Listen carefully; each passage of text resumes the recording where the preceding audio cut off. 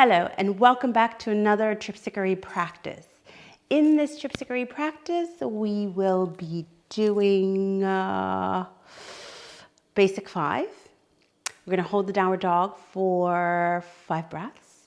We're going to do an inversion in the walk forward in the downward dog. Hold that inversion for 5 breaths. And then we're going to be doing something special. We're going to be layering the ultras. So we're going to start with the non-inversion, simple ultra, simple. Then the simple ultra, which has the inversion, but you switch the split. And then you have the inversion where you bring it down to child's pose in the middle.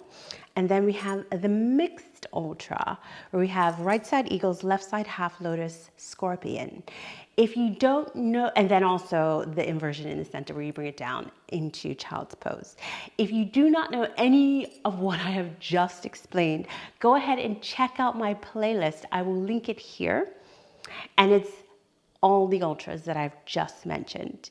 And if you also don't know what the basic 5 is, go ahead and check out the playlist for Tripsichore basic 5 videos, and I will see if I can put them here. And go ahead, check those out, get it in your body, come back, and then we can do this practice together. Here we go. Let's jump into it. First of all, I'm going to chalk up. Chalking up because I think I'm going to get a bit sweaty in the hands and on the feet. I think I'm just going to get sweaty anyway. And classically, Tripsichore is not practiced on a mat, but I sometimes do. Let's be honest. Majority of the times, I do practice on a mat. And that is of the past 10 years. This is for my brow when it gets furrowed, sweaty. But yeah, classically it's not on a mat. And I used to practice matless for years and years and years with Edward. Here we go. Let's go ahead and start. Prayer. Exhale. Am I in the light? Yeah, I'm in the light. Inhale, arms out to the side. So this is the unlinked, but everything's going to be linked. So this is the first half of 1-1s. I should have said that. Inhale, high arch. And exhale, forward bend. So I don't really give directions in these videos, as you've seen or noticed.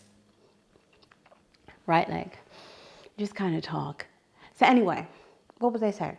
Matless versus mat. So I used to be matless for years and years and years when I was in Tripsichore, practicing, teaching, demonstrating, and of course, performing. You don't perform on mats. And that is the reason why Tripsichore is a matless practice, or it's classically, let me say it's classically practiced without a mat, because when it comes to performance, which was the main goal, the main objective of Tripsichore, you don't perform on mats. You perform on whatever is available in the theater, the studio, someone's home, kitchen, who knows, left side. Yeah, so why set it up where you practice or rehearse on something that you're not going to be using when you actually perform? And that is the reason. And as a result, it makes you a lot, I wanted to say tougher, but tougher is not quite the right word. It makes you more resilient to uncomfortable postures. Classic one, let's talk about child's pose. You're on your shins, your toes are back, and you're on the tops of your feet. Second half of 1-1s, arm and leg together. Here we go, right leg, right arm. Inhale. So yeah, child's pose. You're on your shins, your butt's on your heels, your chest is forward, your arms are forward. And so all your body weight is on your knees, your shins, and the tops of your feet. And if you're used to using a mat, there's a comfortability there that you have. However, if you don't use a mat and your body's used to that sort of pressure and pain, you still feel just as comfortable. It doesn't bother you. And I found that with a lot of workshops and classes that we would teach, and not specifically in any sort of part of the world, pretty much global. Whenever it comes to taking the mat away, students were lost. Yeah, they were lost in their practice. And the mat also. There's a boundary with the mat. That's where your yoga has to be. Don't come off the mat. And we're into now the circles. And in a crowded yoga room, as it used to be in the 90s and early noughties, 2 circles here. Yeah, in a crowded yoga room, it was very, very useful. But then the boundaries became limiting. What can I say? Politely. Yeah. Stepping off the mat became something that was taboo. Not done. Very frightening. Oh my God, if I step too far, my toe's gonna be off the mat and then it's not yoga or some sort of craziness like that. Look at me. I've got very long arms, very long legs. I'm gangly. And lanky, as my brother used to say. Second half of the circles. Here we are. So I always came off the mat. And what I had to do when I first started doing yoga is I got an extra long mat, because they used to sell those back then. They probably still do now. An extra long mat. And people who I practiced with, they called it the runway. So I got a runway mat, and I was able to stay on the mat better. But when you practice without a mat for so long, those limitations, those boundaries, they fade away, and yoga is more freeing. Yeah. I don't know if that sounds philosophical. Who knows? Finishing the circles, we're into the développé. Now the développé, we're going to do a breath hold here. Inhale. Hold for 1, 2. Now let it go. So that's going to be the count for this whole développé. Here we go. Right side.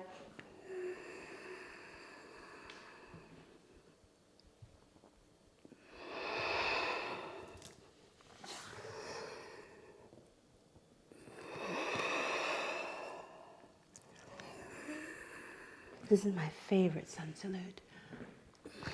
Never loses its charm, elegance, and beauty for me. Even on a bad day. And trust me, there are more bad days than good days.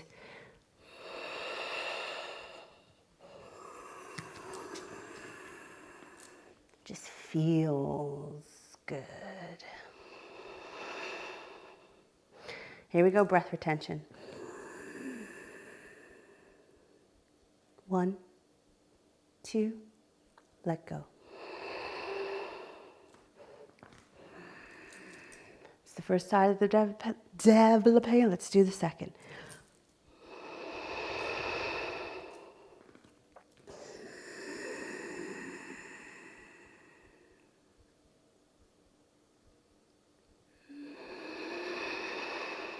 Left leg.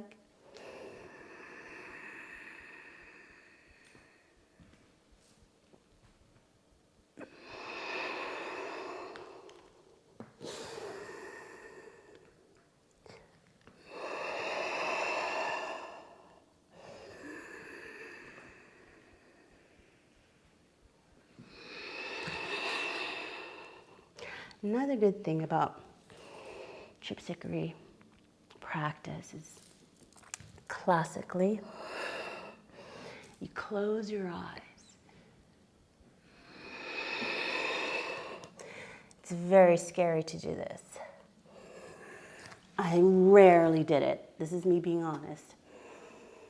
Woo! Especially with the balance. It becomes very scary. Here we go, last retention. But you close your eyes so that you can feel it. Feel your breath in your body. Here we go. Can do. Let's try to do the can do with the eyes closed. Inhale.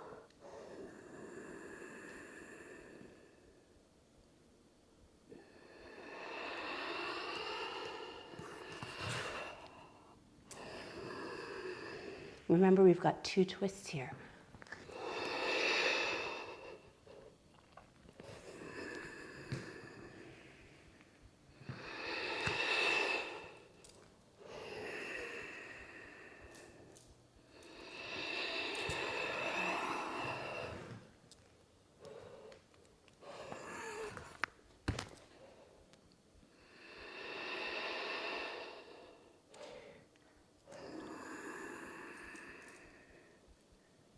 Second side.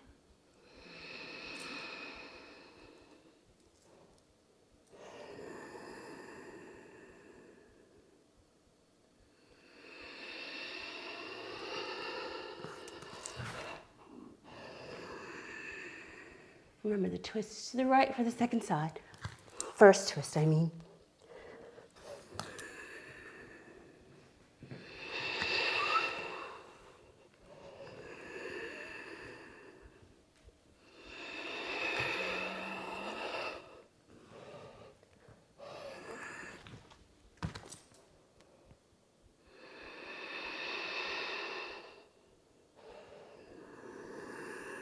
Here we go, walking splits. I'm gonna open the eyes for the walking splits. I'm not there yet. Inversions with eyes closed. Let's start with the right leg. So, my boyfriend and I, we had this discussion this morning about talismans and lucky numbers. I know lucky numbers and talismans for some people can be put into 2 different categories. But for me, I keep them in the same category. One is a symbol, one is, well, they're both symbols. One is actually an object, a picture, and the other is a number. And I used to never really consider this 2-handed twists in the walking splits. I never really considered uses of talismans or lucky numbers, just because I never grew up with that sort of talk, belief, idealism. We're gonna hold here for 5 breaths. And so, yeah, I never subscribed that they had any power, to this idea that they had any power.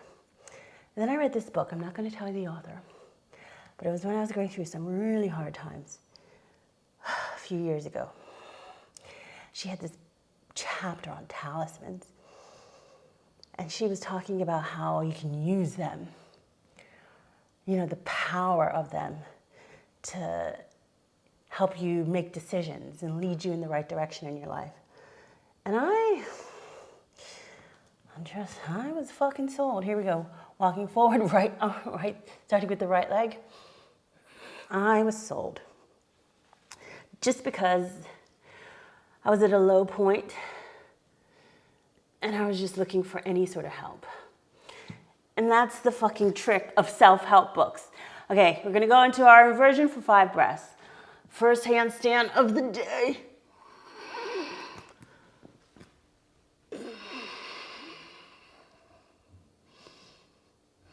Remember, we're holding here for 5.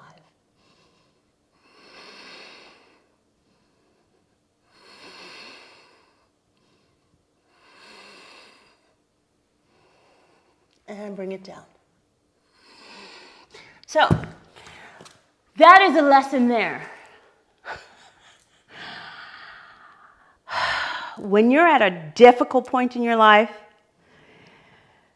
and what you know has worked before is not working, you know, things that you've tried, systems, ideas, things that sort of bring you out and they're not working, and that failure of those things, systems, ideas, thought patterns, isn't working. And kind of the failure even makes you feel worse, gets you a little bit deeper. And then you hear something new, you're desperate. You're desperate for anything. And so you try it. So that's what self-help books are there for. A bit of a scam. Because who at their lowest point is not going to just fucking take anything that sounds good? It's human. It's human to do that. So if you've done that, like I have many, many times, don't feel bad. That's why the self-help book in the book, they're not books anymore. We don't have bookstores, but when I was younger, that's why the self-help area in the bookstore was fucking packed with books and fucking packed with people. Anyway, 5 breaths here. So yeah, I bit this one, swallowed it, hook, line, and sinker. It didn't work.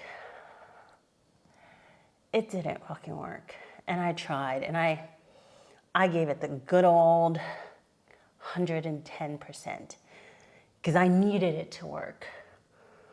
And I had this talisman, and the universe, we're starting to walk in. Universe, show me which direction to go. Show me what decision, what's the best decision in this moment.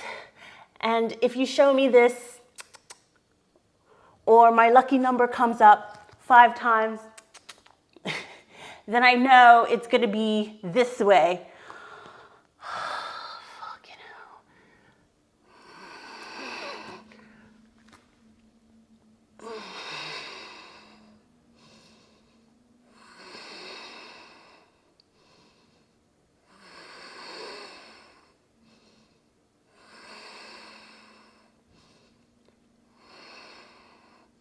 Anyway, coming down.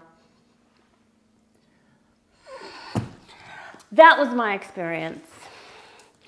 And people can probably go, oh, Nikki, but you were skeptical. So we're going into the simple ultra. This is the non-inversion. I know it sounds weird to go back to non-inversions after you just did an inversion, but we're layering today. Right leg. So yeah,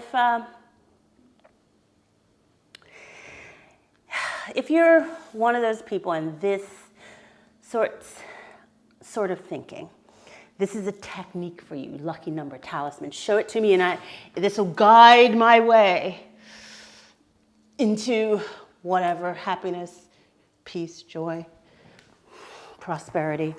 That's the basic 3. Love, joy, and money. If it works for you, good on you. Good on you. If it works so good for you that you write a book about it, I don't know what to say about that.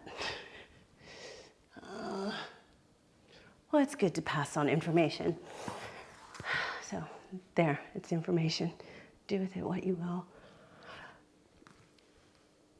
Yeah, I'm now of a belief, this is where we don't do the inversion, we just take it to the child's pose.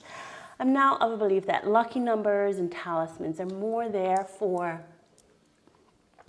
moral comfort and support. That the universe is listening.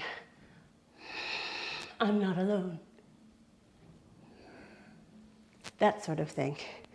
But as far as if my number comes up or if I see this symbol, that means da da da da da. I don't know about that. What I do subscribe to, we're linking it, so we're going straight to the other side. Here we are. Simple, simple, non-inversion ultra. I'm putting the whole name in there on the left side. What was I saying? So yeah, I more subscribe to the belief of patterns and balance.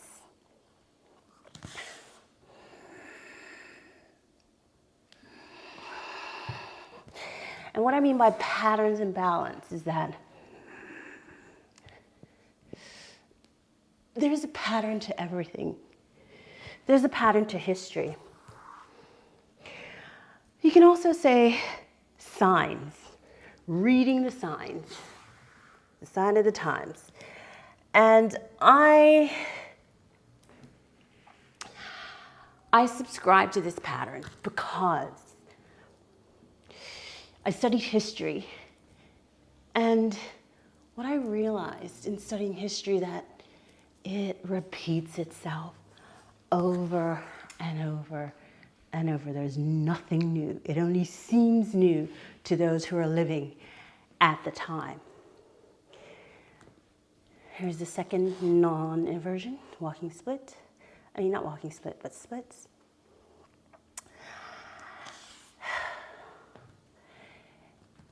Yeah, history repeats itself, no matter if you want it to or not. And I think this is where humanity gets caught out. We hope and we pray, oh, this time it will be different. This time it's different people, situations, we know better. And I don't think it's about knowing better. I think it's about the circle of life. Here we are. We're on to the simple ultra. This is an inversion of your choice, and you're going to switch your split. That's all you do. Here we go, right leg. Concentrate now, can't really talk. We're going upside down.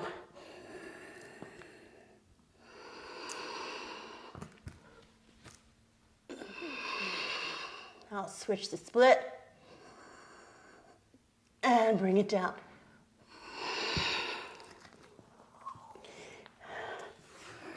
Everything's the same as the previous sun salute.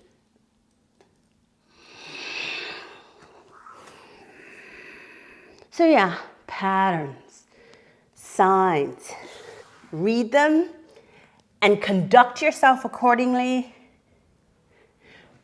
based on how you want to come out the other side.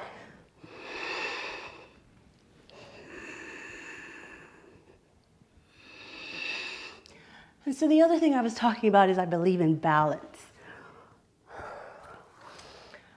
I don't believe in justice because I feel that justice is a man-made idea.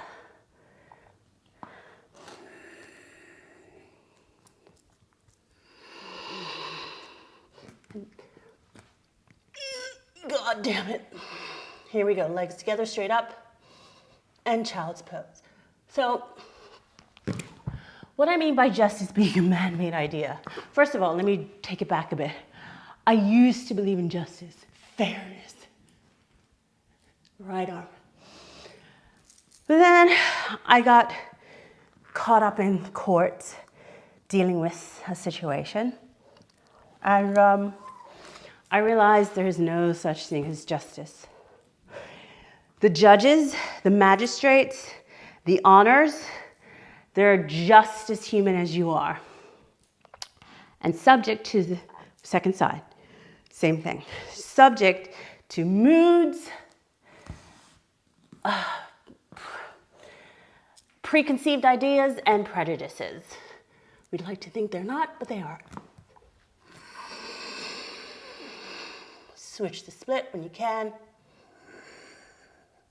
and bring it down. And so how can they be just and fair? They have their own biases, and they can't help but have their own biases because they're human and they've lived life. So justice seems to be who has the most money to sell their story. And whoever has the most money to sell their story is the person that gets believed, and therefore the verdict goes in their favor. Balance is something different.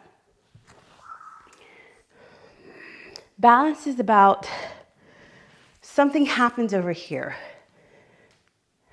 And to balance it out, something over here must happen. Consequences to actions. I guess that's more of what I'm talking about.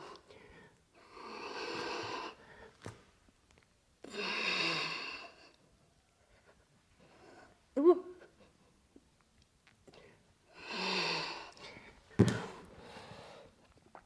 Example, something we all can identify with. If you keep fucking overeating, no matter what, you're gonna gain weight and be fat and unhealthy.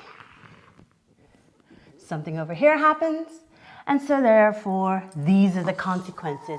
It's balance.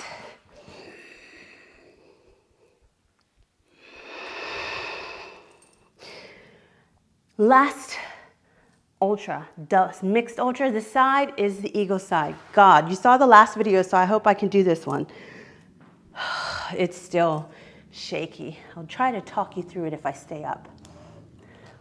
Inhale, legs straight up.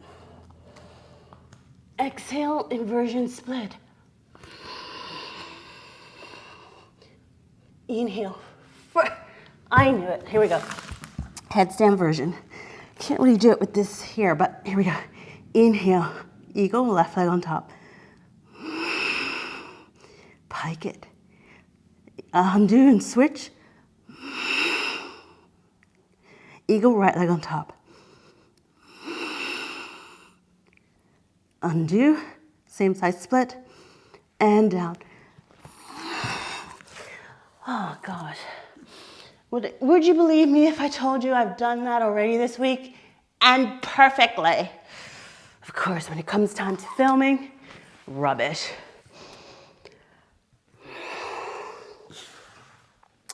So yeah, balance in life. If you're a shitty person, then you know what? People are gonna know you as a shitty person. And as a consequence, you have a shitty experience in life. Most of your life becomes a shitty experience. Balance.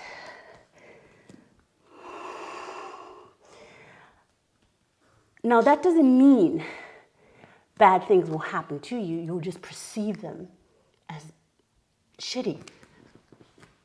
Because I don't believe if you're a good person, then you're destined to have an easy life and things will, magically happen for you because you've earned it. You're a good person. And vice versa, if you're a shitty person, that bad things are going to happen to you because you've earned them. You deserve them.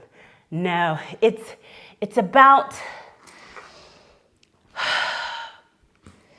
perception and application. This is a hard practice, and a lot of people don't do this practice or hard practice because, is this a good example? Let me think about this. This probably isn't good. Here we go. So we're on the half lotus half lotus scorpion, so I'll try to talk you through. All right, right leg half lotus, straighten the left. And scorpion. Undo, switch. Left leg half lotus. And scorpion. Same side, split. And let's bring this down.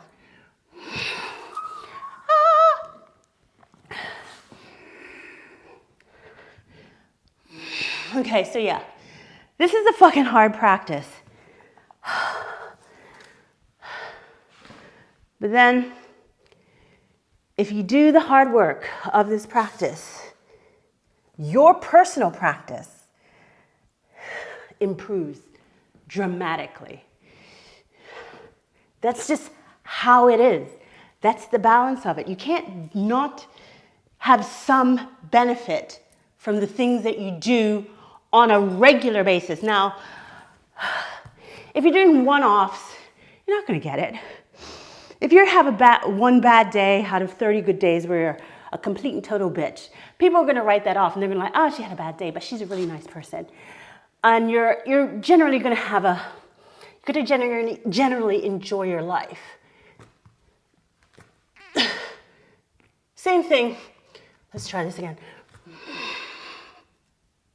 Same thing with this practice. You do it once a month. You're not going to go anywhere. I'm trying to talk. Invert at the same time. It's not going to go anywhere. You'll hurt for about 2 days afterwards. And then you sit on the fucking couch and eat potato chips for the rest of the month. You're not going anywhere. You're not going to improve.